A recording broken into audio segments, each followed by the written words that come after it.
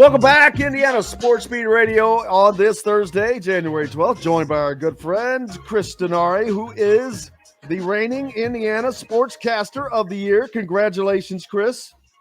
Well, thank you very much. Very honored. It's, I think we all are in this business because we love it. We don't do it necessarily to win awards, but it's nice to be recognized. And as I was telling you off the air, to catch the great Don Fisher, the voice of IU, who has won the National Sports Media Award for Indiana, I don't know if it's 20 times, awfully darn close.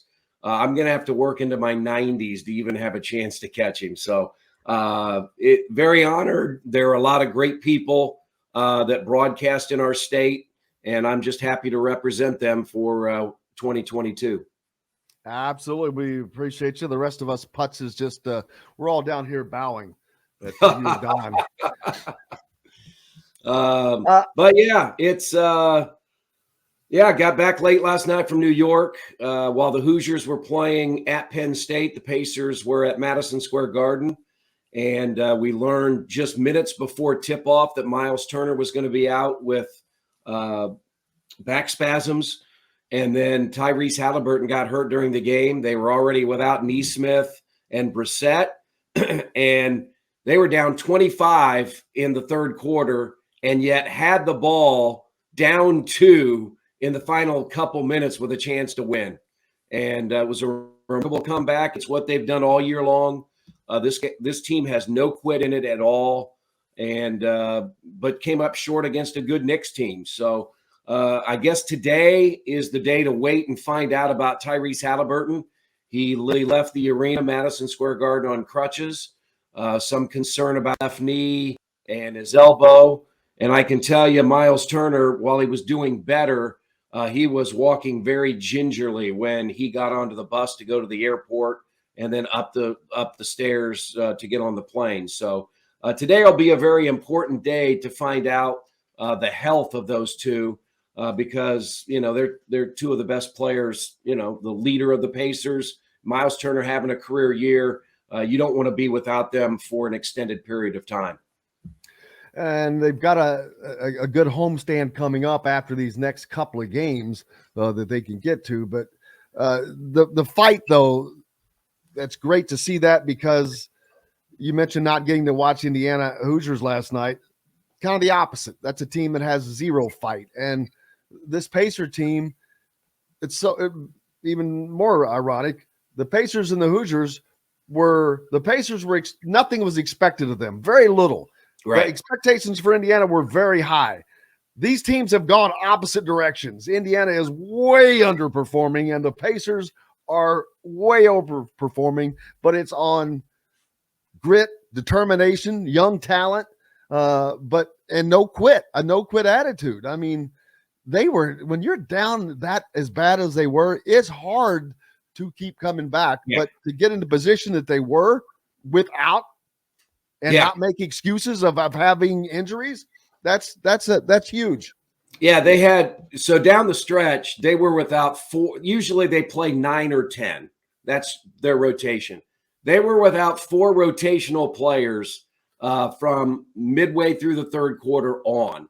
As I said, 3 starters not on the floor, Nesmith, Turner, and Halliburton. And O'Shea has done a nice job off the bench at the 4 position.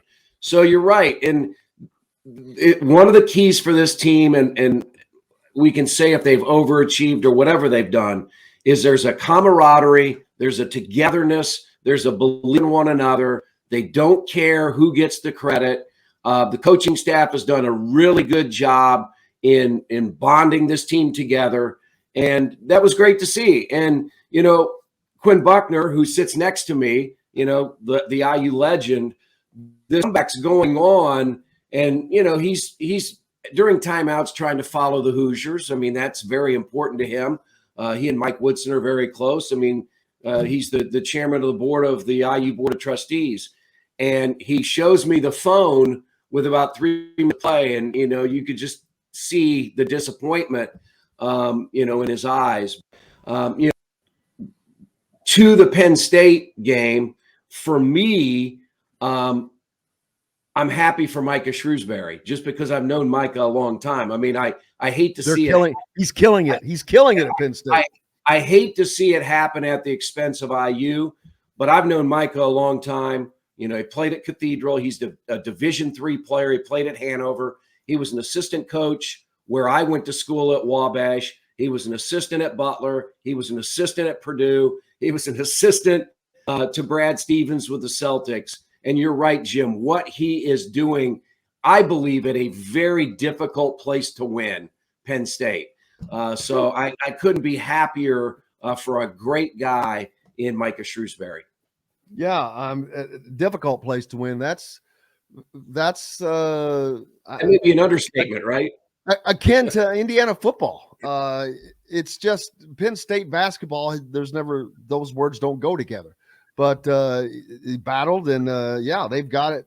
They're an NCAA tournament team now. So yeah, they're doing well. And the fact that he is an Indiana guy, hey man, working hard at it. But the Pacers, they're also working hard, and those guys continue to work. This season is going where, even though they lost last night, a loss like that's got to give you more confidence. Yeah, I think it galvanizes the group. It shows them what they can do. And again, they feel like they're never out of a game. Now, would we all like to see them get off to better starts? Absolutely. They're the worst first quarter team in the NBA, but they're the best fourth quarter team in the NBA. So it'll be interesting to see today exactly, though, the injury status and what we're looking at, because you've got a couple of tough games coming up tomorrow and Saturday. You've got Atlanta and Memphis. Memphis comes in, one of the top teams in the West. They've got Ja Morant. They're on a win streak. And then you go on the road and you go to Milwaukee, Oklahoma City, Denver, and Phoenix. So these next 6 games are very difficult. But if you looked at the last 11, you would have said the same thing. And the Pacers went 8-3 in that stretch. So, yeah, very pleased with what the Pacers have done through the first half of the season. But we still have 40 games to go and a lot of basketball still to be played. Absolutely. And the Pacers are looking like they're going to make the playoffs, which is, again, a surprise, but good for them. And that will continue to bolster. But how is that going to affect how they build this team by having a better season than they anticipated? Well, I mean, clearly where they are, they still have 3 first-round draft picks next year. They've got their own. They've got Cleveland's. They have Boston's. Cleveland and Boston are 2 of the best teams in the East. So those 2 picks are going to be somewhere in the 20s. And we don't know where the Pacers pick will be, based on, where they are right now. Right now, they're 7th in the East. Still a long way to go. And again, we've got to see what this injury situation is, because that could greatly affect the Pacers moving forward. The one thing they have, Jim, they have a lot of cap space. They would have the ability to sign free agents. There's so much focus on right now Miles Turner. He's in the final year of a contract. The Pacers have the opportunity to extend him. It's been said that there are negotiations going on right now. We'll just have to wait and see. They have some young talent already on the floor.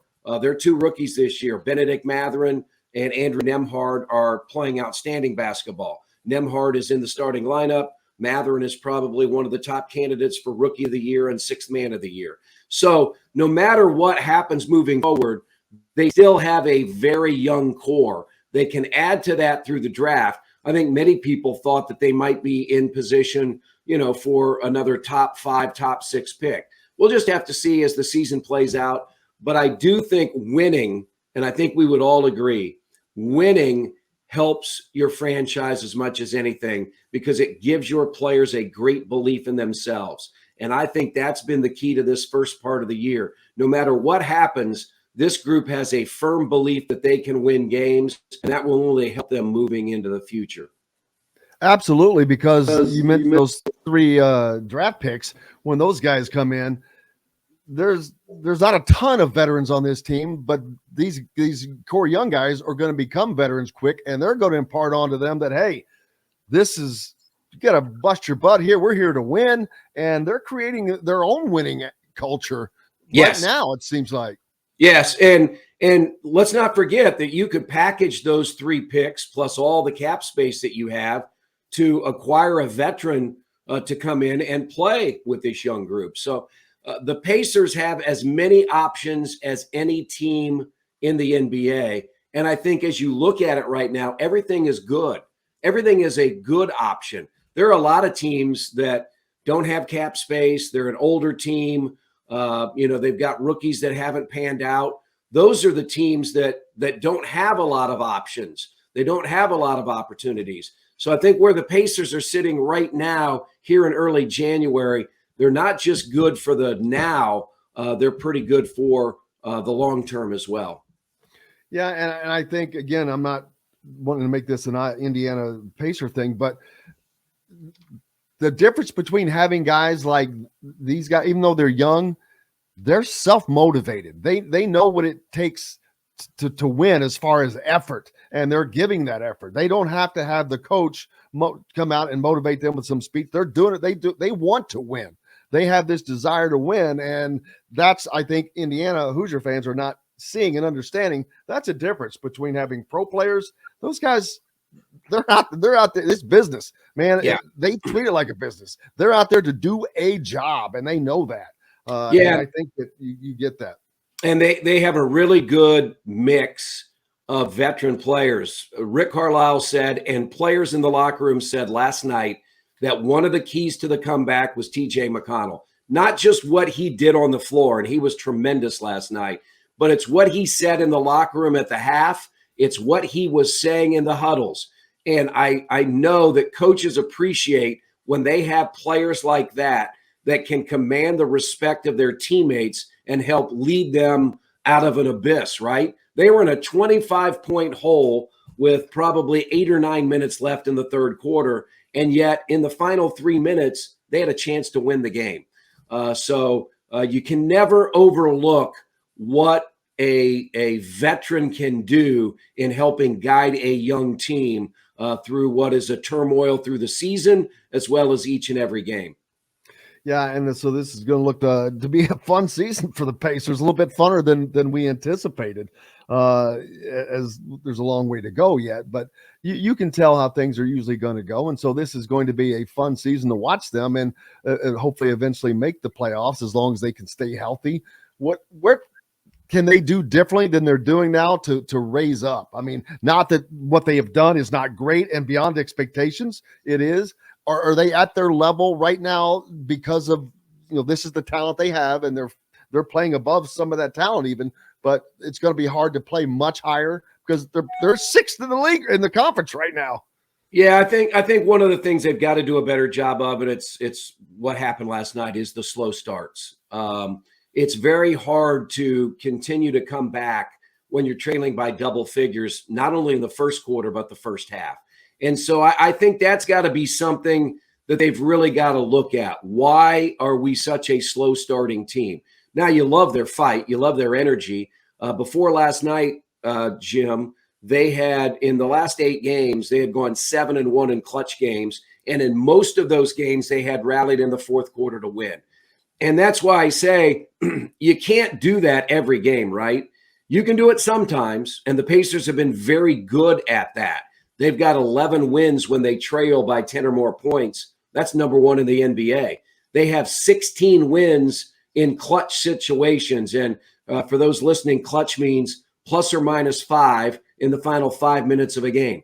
They have the most wins in clutch in the NBA. So that's all good. But you can't always hang your hat on coming back from double-figure deficits, coming back in the fourth quarter. So what I would say, what can they do better? They need to get off to better starts. Well, and that's all part of learning, I think, probably from some of the younger guys and playing against maybe either a more veteran team at times or whatever the case. What has that been the case? What has been the lead to the slow starts that you've seen? Well, I think to your point, when you have a young team, it's understanding that you've got to come out and the key word that Rick Carlisle likes to use is play with force, play with aggressiveness. And this team sometimes does not play with the force that they need to start games, and that sort of builds up during the game. And so I think that could be a young team. again, not sort of understanding how you have to start the game. They clearly can finish a game that way, but they've got to get off to better starts.